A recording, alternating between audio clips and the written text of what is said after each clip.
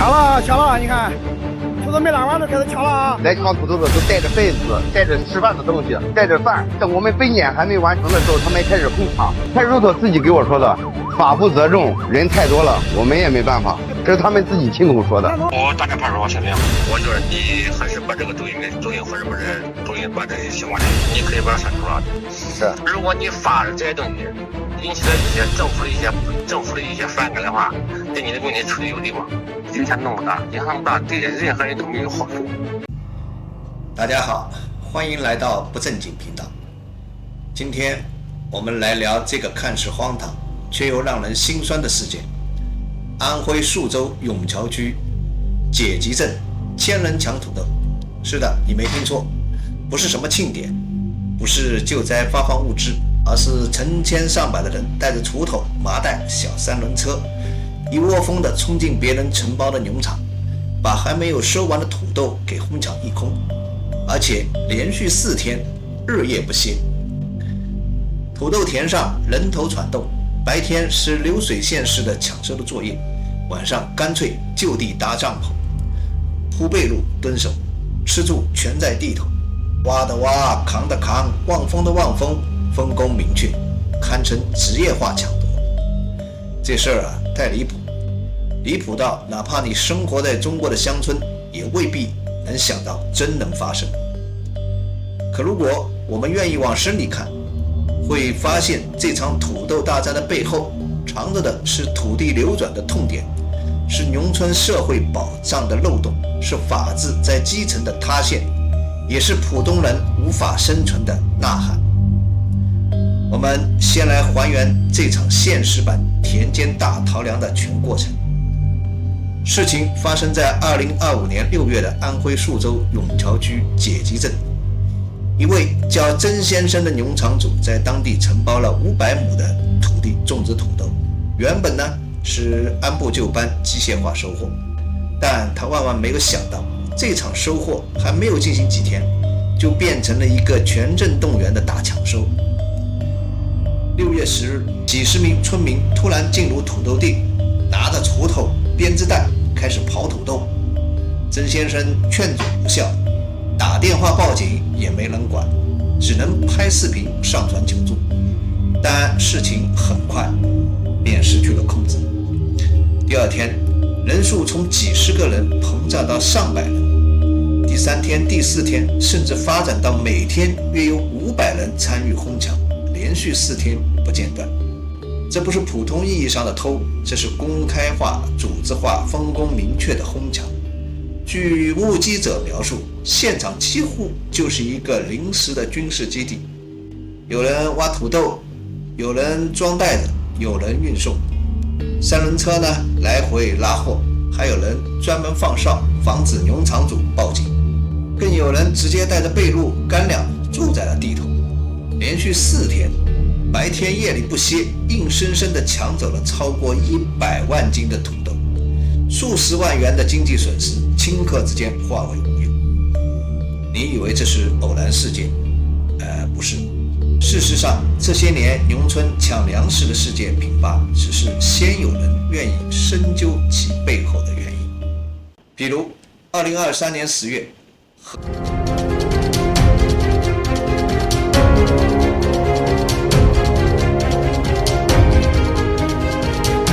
共是2000多亩，差不多抢有几百亩吧。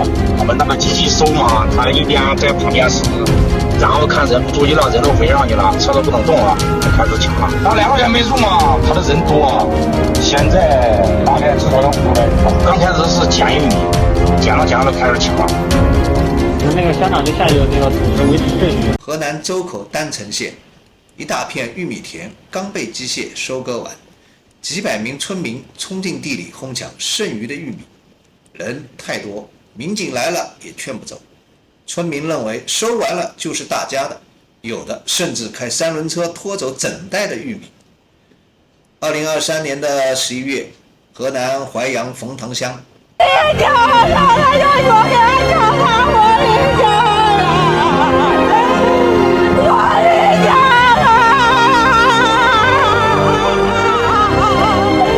种植户呢花费了几十万元种植的中药材白术在临近收获时被400-500人冲进地里哄抢，雇来的20名看守人员根本就拦不住。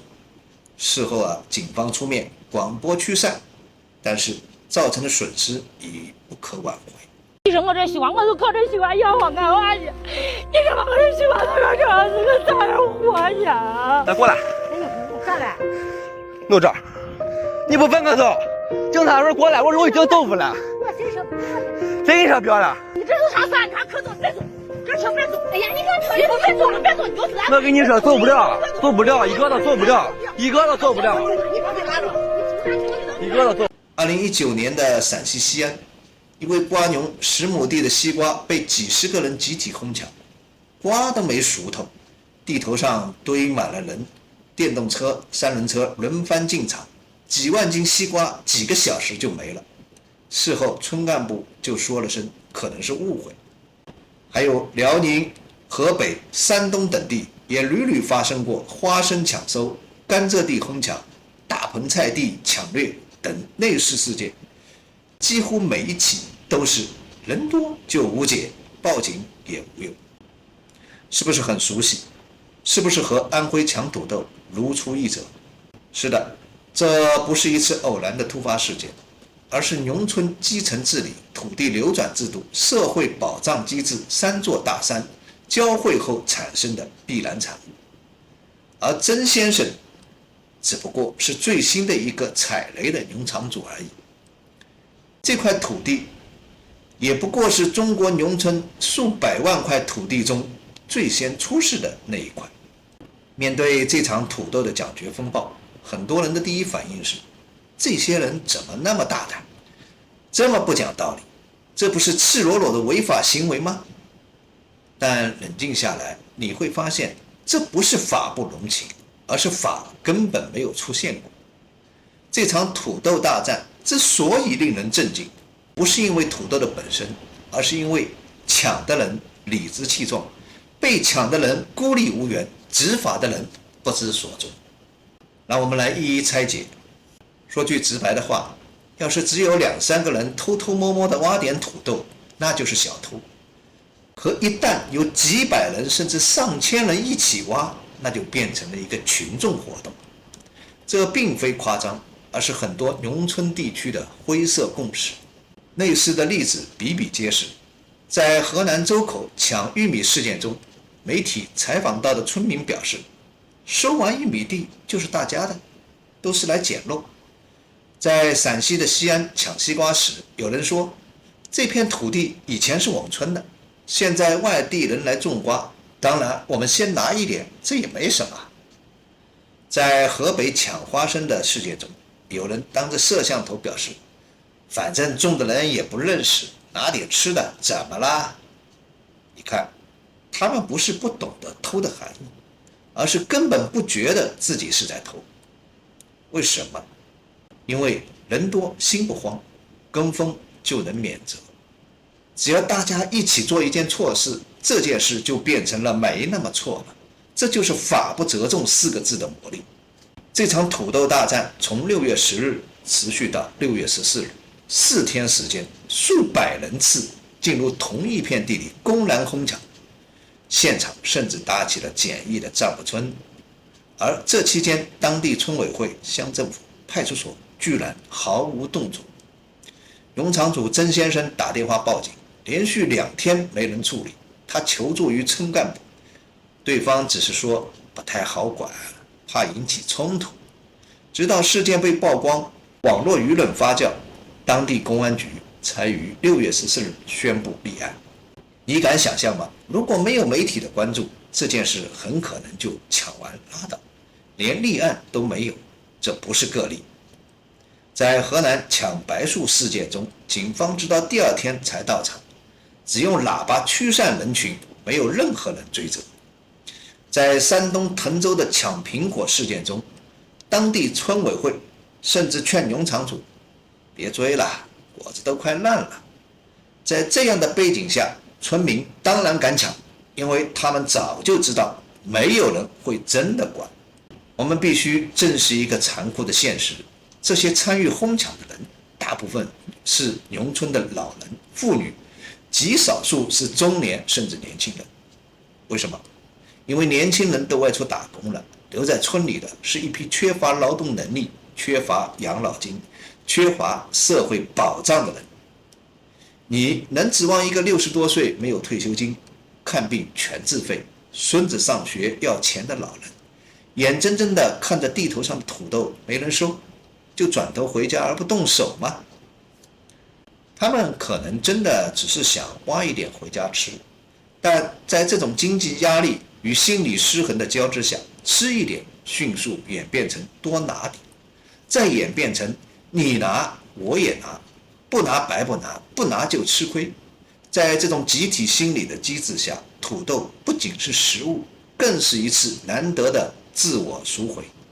你知道村民为什么不怕吗？不是因为他们胆子大，而是他们心里早就憋了一肚子怨气。这块地可能以前是他们的，后来土地流转了，签了几十年的租约，给了他们每亩300-500元钱。但这些年来物价飞涨，医疗费用暴涨，生活开销增加，他们手里的租金却1分钱也没有涨。你让他们守合同，他们只觉得你是在讲废话。他们不是抢土豆，他们是在抢失去的话语权。河南郸城抢玉米事件中，有村民就表示，我们连地也没有了，他来种了几年就全归他了。这不是偷，这是夺回。但问题是，这个夺回没有规则，没有程序，只靠一群人情绪的堆叠，于是就变成了赤裸裸的集体掠夺。你还以为这是一次偶发事件吗？不，这是一次集中爆发的系统性问题。这场哄抢土豆的背后，不是几个贪便宜的农民，而是基层治理的真空、法治教育的失败、土地的脱节、社会保障的缺位、群体无意识的发作，以及农民失地失身的最后增长。他们当然错了，但我们必须承认，他们不是凭空变坏，而是被系统性的忽视、系统性的剥夺后，变得不再相信规则。土豆事件的根源不在于土豆，而在于这块土地到底是谁的，谁说了算。表面上看，曾先生是合法的承包者，500亩地签了流转合同，租金支付清晰，全属明白，产品当然归他所有。但你真以为签个字盖个章就能让这块地成为他的了吗？在制度层面上是可以的，但在现实层面不一定。因为土地流转带来的身份错位从来没有真正的解决。自从中国2008年大力推广农村土地流转后，越来越多的农业大户、种植公司、外来承包人进入了农村。他们集中承包、统一种植、规模化管理。表面上看，农民得了租金，企业获得了土地，效率更高了，农业现代化向前了。但我们忽略了一个核心的问题：农民的土地参与感、收益感和控制感被一刀切割了。土地原本就是他们的生命线，是他们唯一的保障。一旦流转，他们就成了土地的旁观者。于是问题来了，收益涨了，他们没份；土地产出多了，他们只能看不能吃。承包人是外地人、陌生人，他们心里总觉得我们吃亏了。在土豆事件里，这种心理表现得淋漓尽致。地虽然签了合同，但参与哄抢的人不少就是以前的地主，他们觉得地是我家的，我不种了，但你种出来的东西就应该分我一点。这种模糊的产权概念不是道德缺失，而是制度性脱节的必然产物。说到底，土地流转只解决了2件事：国家层面的农业结构调整，大户和企业的规模收益，但同时留下了3件更重要的烂摊子：农民没有了收入的保障，农村没有了稳定就业，地方政府缺乏协调能力。你以为农民拿了租金就满意了吗？并没有。安徽很多地区的土地租金10几年不变，有的甚至每年只给几百块，这一点钱连看场病都不够。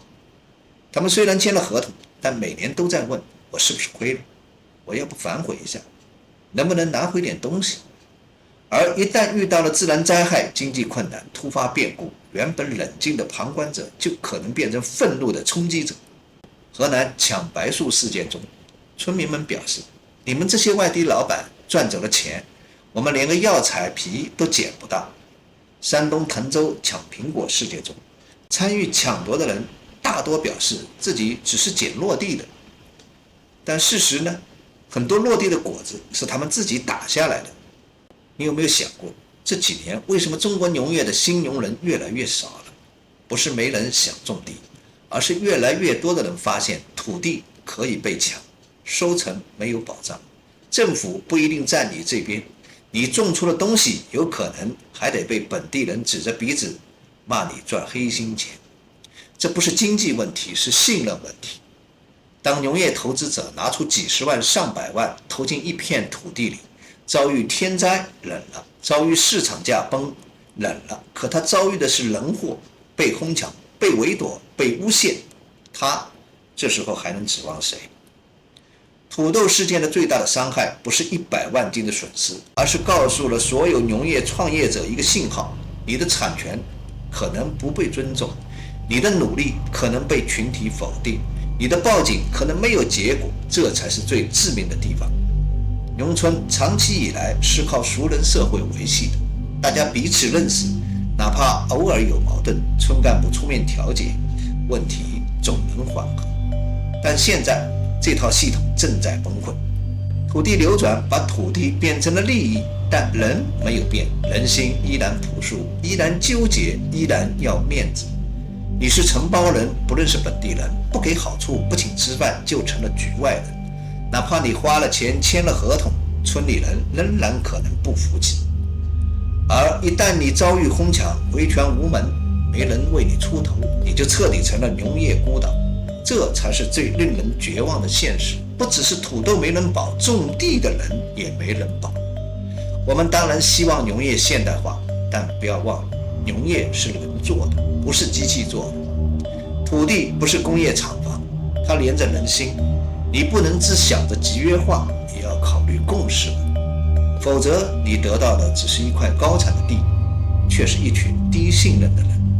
而一旦失去了信任，就算你有1000亩、100台机器，你也保不住一颗土豆。当你看到几百人、上千人聚集在一片土豆地里，昼夜不歇的哄抢，不仅没人阻止，还有人围观，有人点赞，甚至有人觉得农场主活该。这不仅仅是法律的失灵，更是社会信任的坍塌。你以为这是农村小事？不，这可能是制度的预警灯。今天是土豆地，明天可能是果园的苹果、大盆的西红柿、鱼塘里的鱼、仓库里的化肥，甚至你车上的一袋粮食、一桶柴油。在中国农村，一旦产权不清、治理缺位、舆论偏斜、制度失身，就会很快退回原始状态。谁人多谁有理，谁脸厚谁得利，这是对现代农业最沉重的打击。我们再问一句，如果你是曾先生，明年你还敢来承包这块地吗？你花了1年投入，换来的是一群陌生人把你的劳动成果扛走，你报警没有人理，舆论甚至还站在了抢土豆的人那边，你还种吗？答案很明显，不种了。而这样的用脚投票正在悄悄发生在全国各地。山东菏泽一位西瓜种植户在遭遇3次哄抢后退出了流转合同。湖南岳阳一位外地养殖户被抢鱼2吨，报警无果后宣布再不搞农村项目。四川达州一位农业创业者在遭遇村民围抢化肥事件后写下了公开性控诉，我不是败给了土地，而是败给了人心。当一大批愿意进农村干农业的人纷纷离场，留下的将是什么？是一片荒地，是不再有人愿意投资的农村，是一地鸡毛的信任断裂带。从安徽宿州的土豆到河南的玉米、白树，再到西安的西瓜，过去几年中国农村反复上演抢农产品的戏码，一次可以说是偶然，连续发生就是趋势。我们必须面对一个问题：中国的农业现代化不只是技术上的进步，更应该是制度上的挑战。